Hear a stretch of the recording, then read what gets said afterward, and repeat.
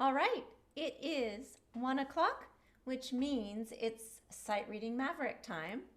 So I'm really glad to be back for another week. And I see we have Hélène and Louis here. So welcome to you. And I'm hoping some others are out there too. Please feel free to write some comments in the chat box if you'd like. I always like the interaction. And if you have questions, I'll try to answer them if I can during the show.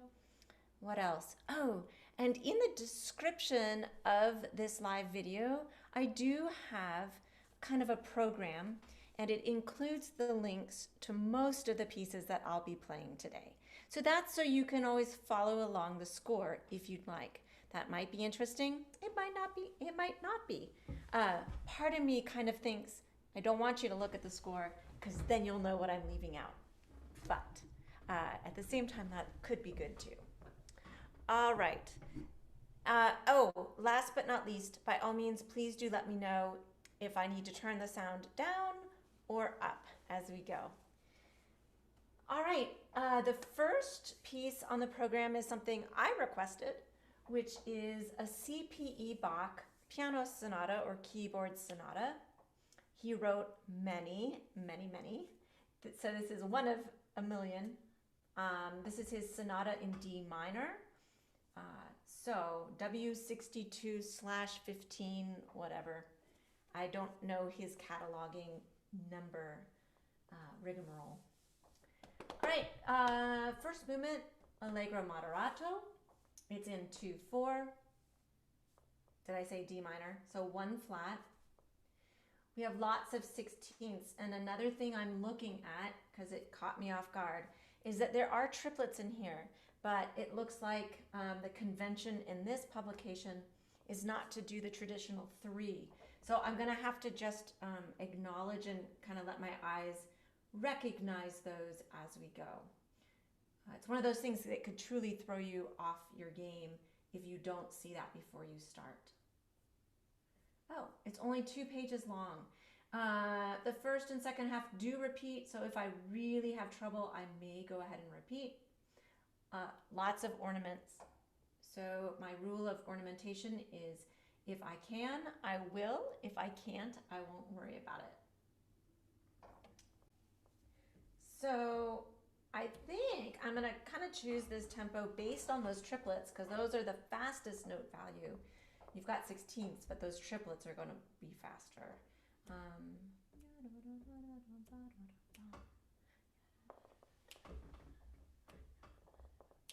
So those da da da da da da dum, bum bum bum bum bum, yum dum dum dum. So my snaps are quarter notes. Yeah da da da da da dum. And I should specify there's 16th note triplets. Yup up up up up up bum. And then 16ths, bum, bum, bum, bum, bum, 8th notes, bum, bum, bum, bum, bum. Now there are some dotted rhythms. So if I see dotted rhythms, and in here we've got 2 different levels of dotted rhythms. We've got dotted 16ths and 32nds, but we also have dotted 8ths and 16ths. So especially when you have the combination of them, it's good to make sure I know which one is which. So bum, bum, ba, bum. That's the dotted 16th, 32nd, and then dotted 8th, 16th, bum, bum, bum, bum, bum. All right, now that I've done that, we should be all set. Let's see, all the figuration is in the right hand. So my left hand is going to be the nice anchor for everything.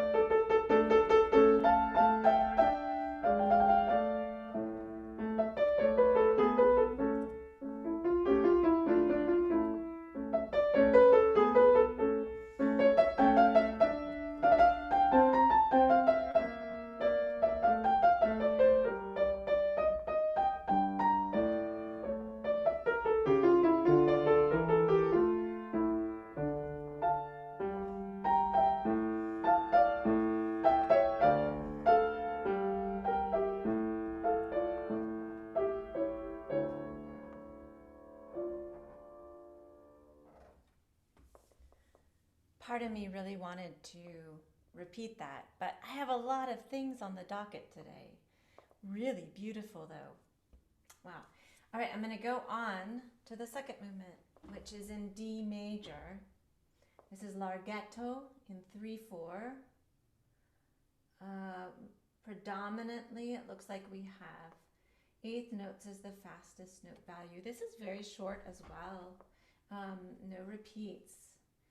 There's also quite a bit of ornamentation that's written into the part. So we've got a lot of triplets.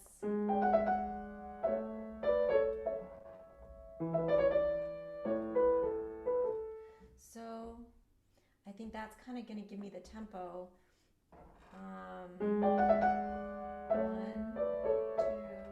3. So let's see, the eighth notes will be, I think that might be good. It may be a little too fast. So once I start going, if I feel like I would like to pull back the tempo, I will, because who's going to stop me? All right. Remembering those eighth notes again.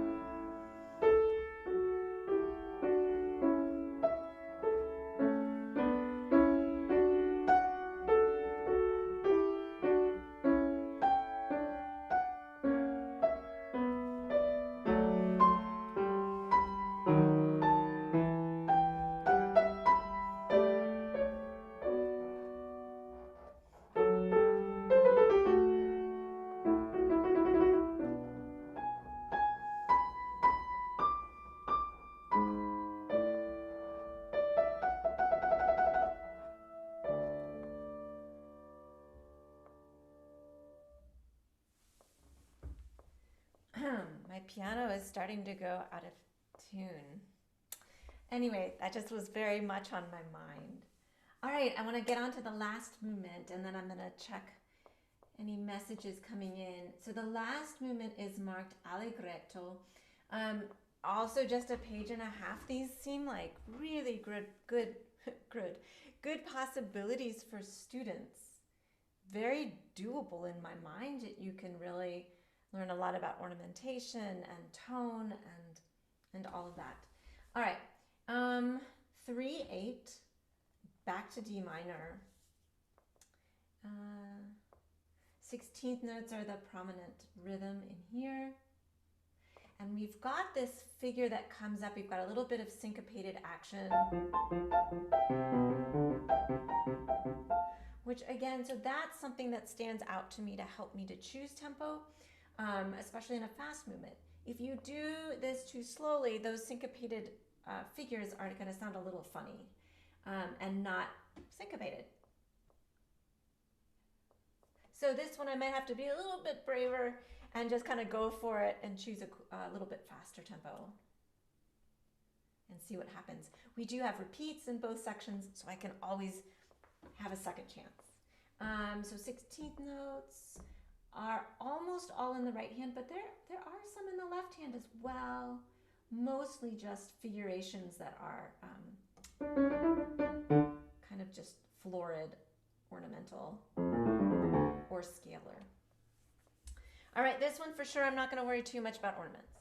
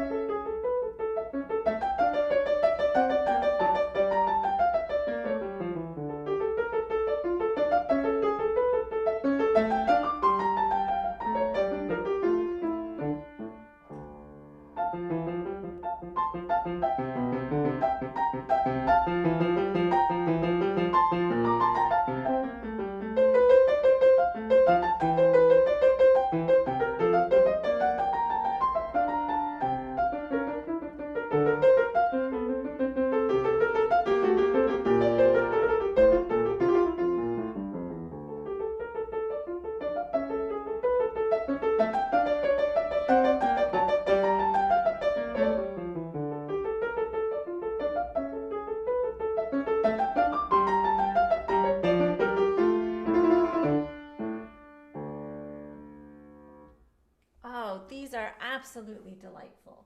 And there's a lot of them to read through.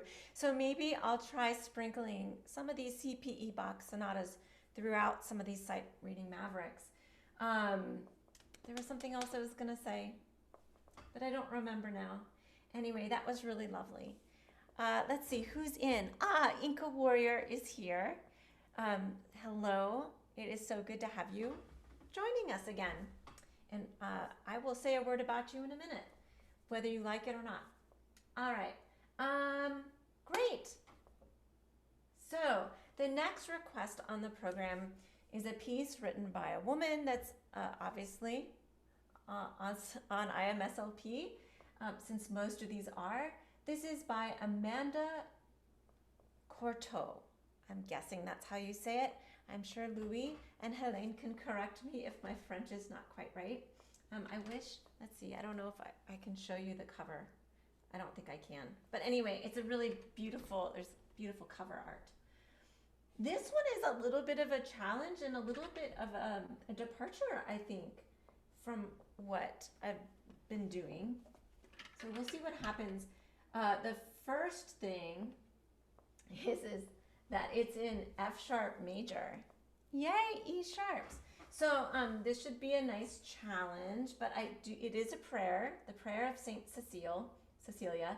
So hopefully I will use that to my advantage. But so the first page looks pretty nice, has eighth notes, whole notes in the left hand, slower notes.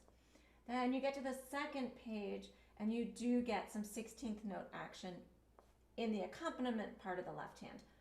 So especially in this key, I'm going to do two things because I'm just admitting I am not necessarily a big fan of this key. So I need to constantly remind myself of E sharp. But the other thing I need to do, because it's all black keys and E sharp, the other thing I'm going to do is on that first page, I'm really going to try as hard as I can to kinesthetically get into the feel of the key. And then primarily use my ear to guide me as it gets a little daunting. So that's going to be my strategy. Whether it works or not is a different story.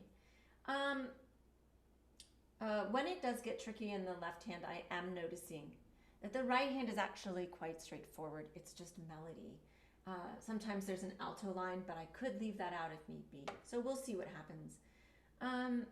The third page, we've got some arpeggios between the hands.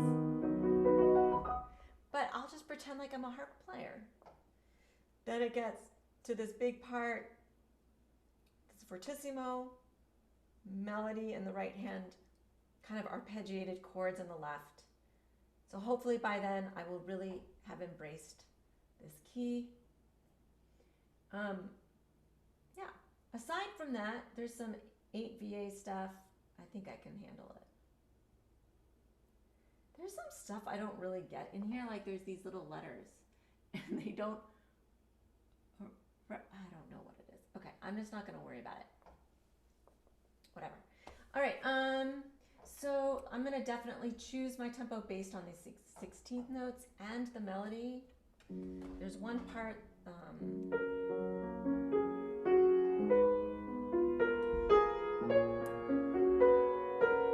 do you see how it just kind of settles into a tempo?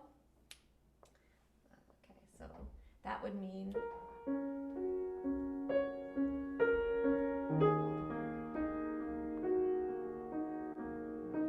I'm hoping that's not too slow.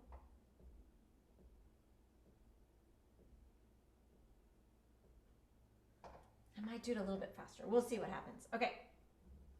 Please don't whip out a metronome and make sure I'm staying in time.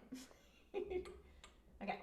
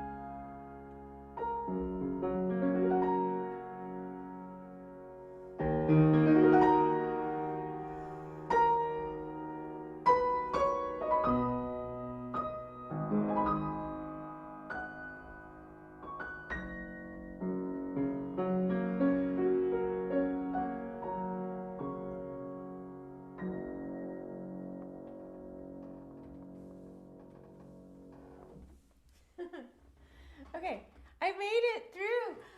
Really a lot of beautiful things in there, and talk about really lovely melody. So I enjoyed that. There were a couple precarious spots. I'm sorry for a couple wrong notes in there.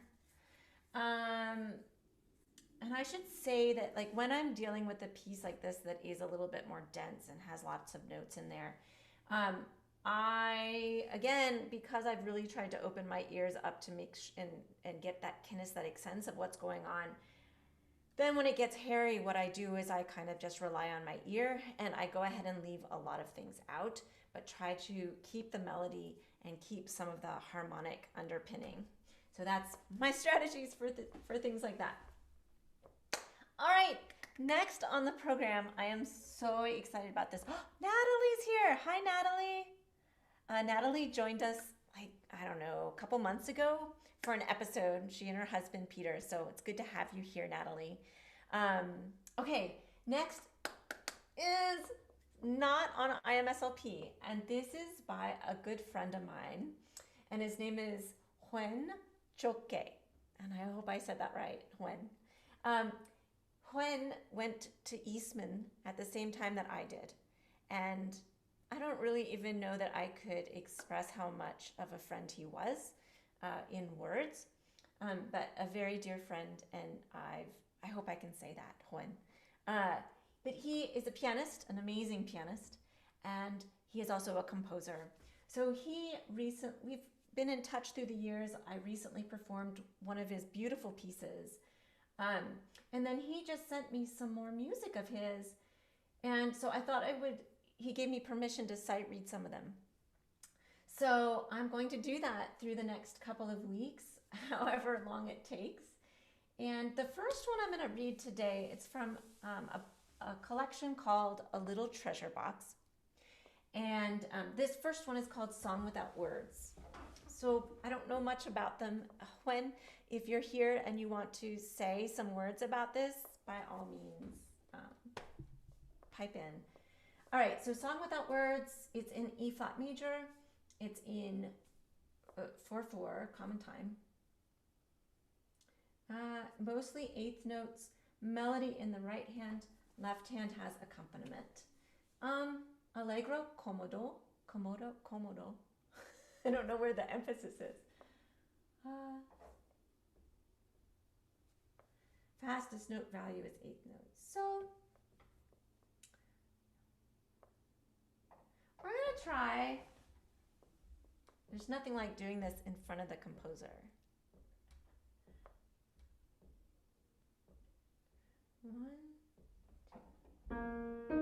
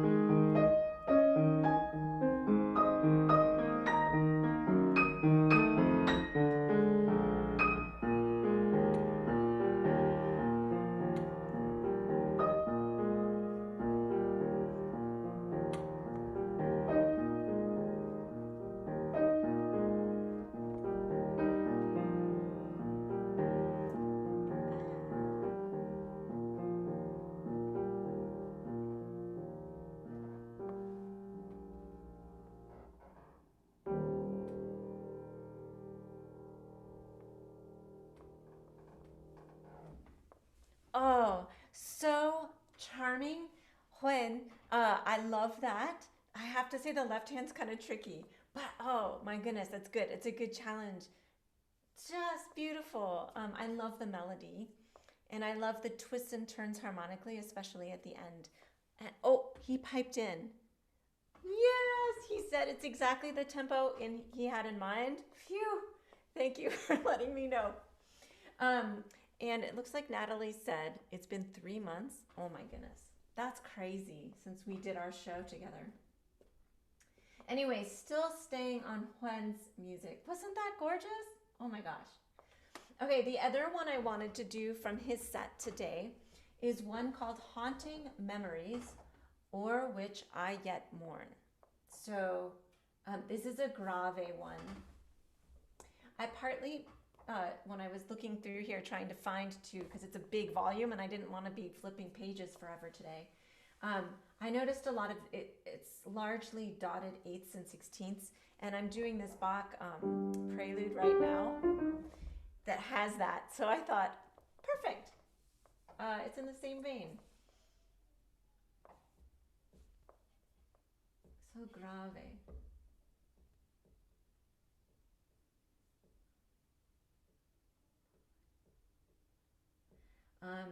Really important with this rhythm, with dotted rhythms, to find a good tempo. Otherwise, it could just die on the vine. And then also, the rhythmic integrity of the dotted 8/16 doesn't work. So we'll see if I can pull it off.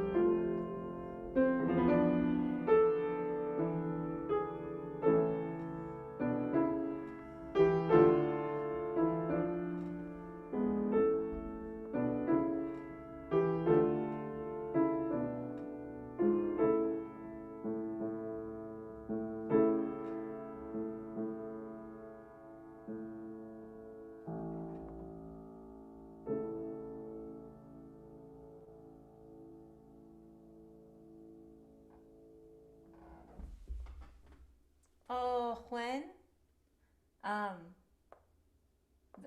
this is just so you. I hope that's a compliment. I'm like verklempt. I'm very emotional. Whew. Okay, thank you, Hwaen. I'm looking forward to reading more of those. Okay.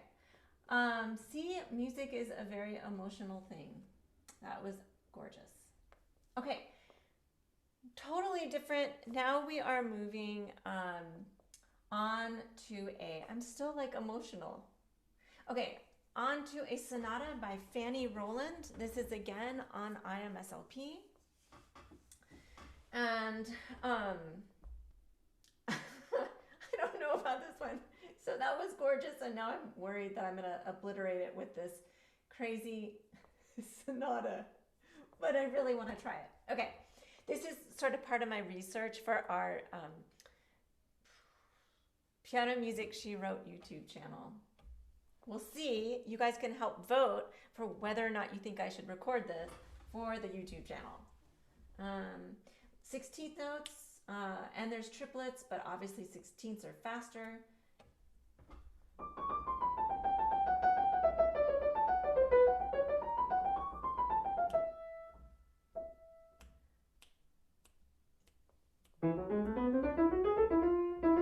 Okay, so there's some chromatic in here. Good to know. Oh no. Some of it's notated oddly, so I'm going to have to wing it. When something is notated a little bit oddly, my eyes are really going to try to focus on, like, I try to actually relax my vision so that I can maybe detect the vertical beats a little bit better, as opposed to horizontal beats. What am I saying? All right, you know what? I'm just going to try it. There are some...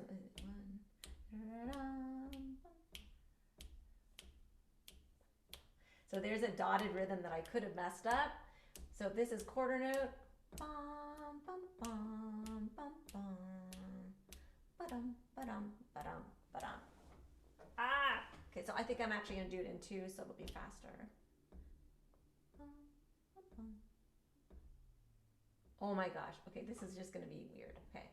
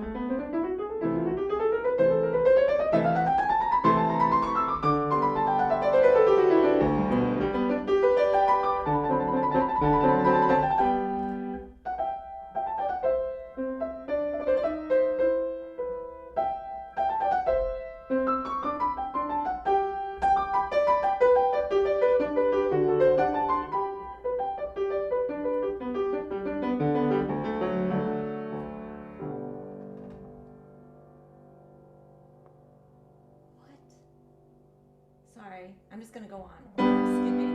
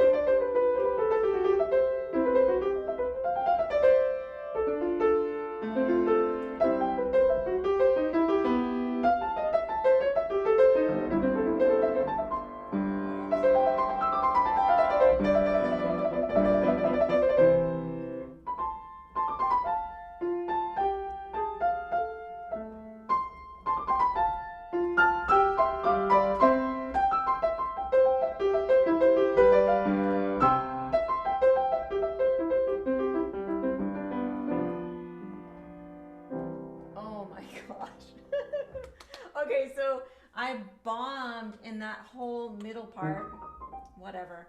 I think Erica took too fast a tempo, but it was awfully fun. The other thing is, I would really, if I work on this, I'm going to have to see if I can find the manuscript. The manuscript might be on IMSLP, in which case I will transcribe it myself because there are some clef problems in there and some other weird things. All right, let's read on to the second movement. Let's see.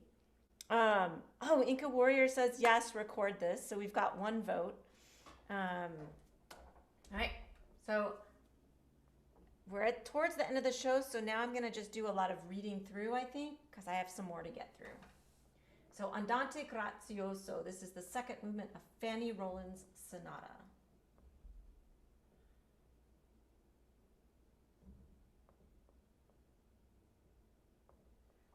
Choosing tempo.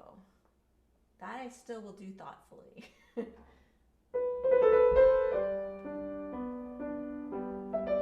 Maybe not. One sec.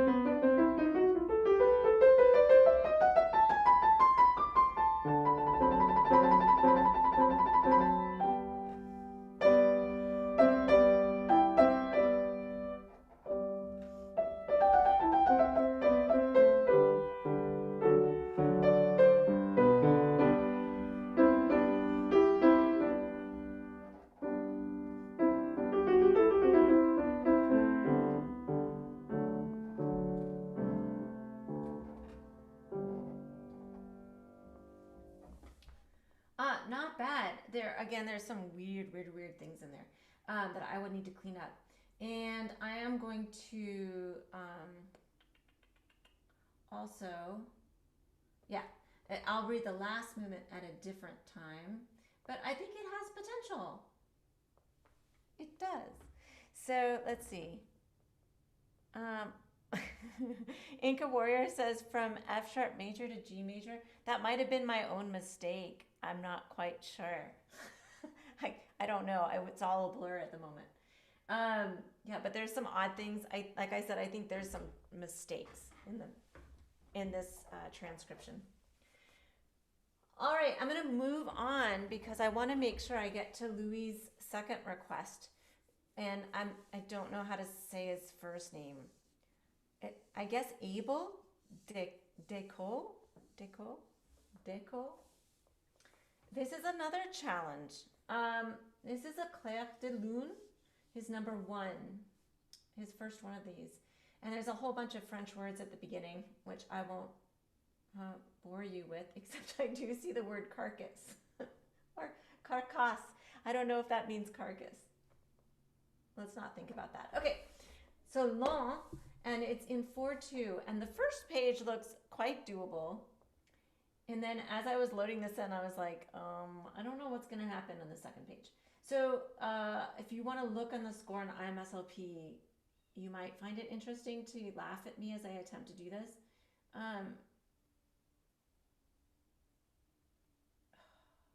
So I'm going to really focus on the big beats in here.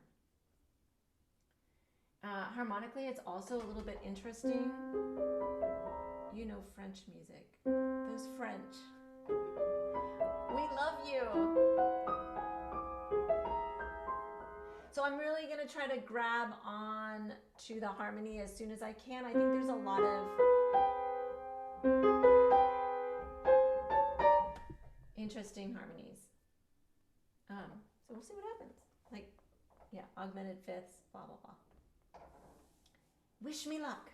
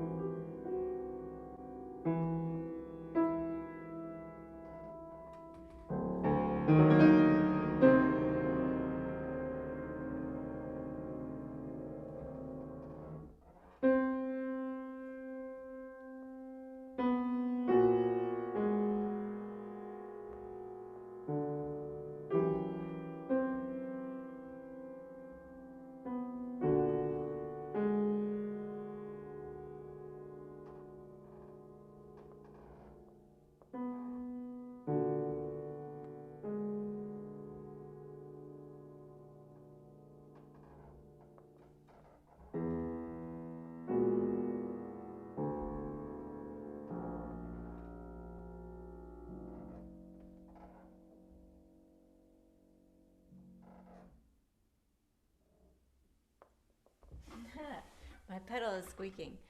Wow, that was really interesting.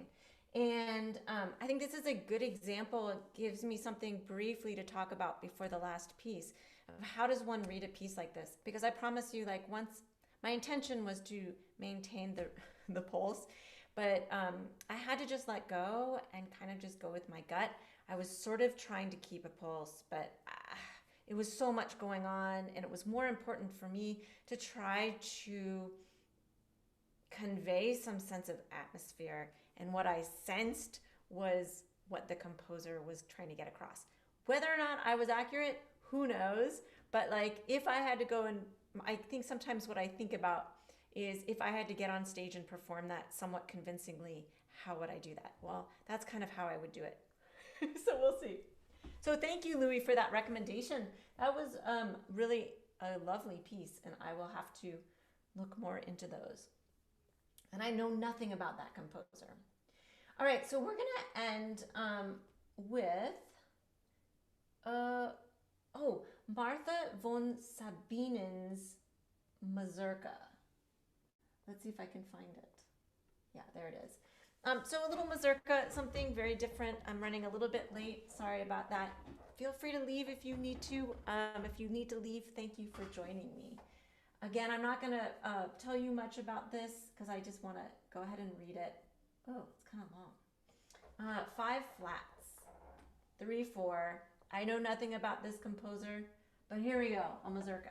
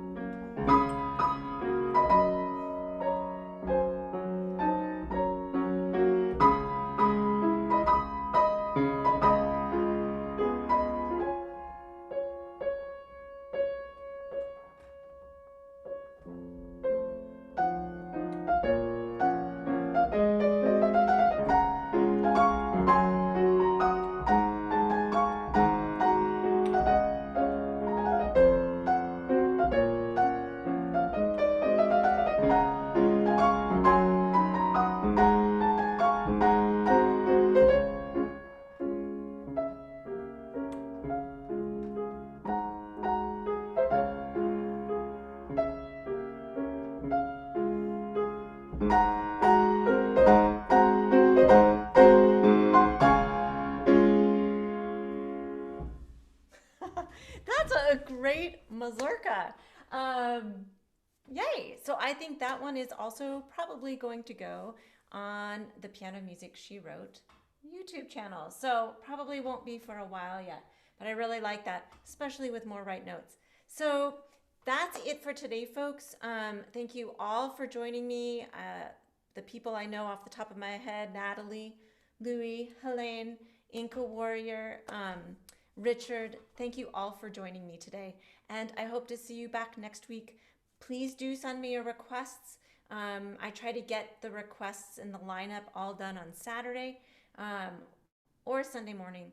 So if you can get them to me by then, that would be great. I'm actually starting to get my docket full. So I had to put somebody that requested something today on next week. So get me your requests. Until next week, have an absolutely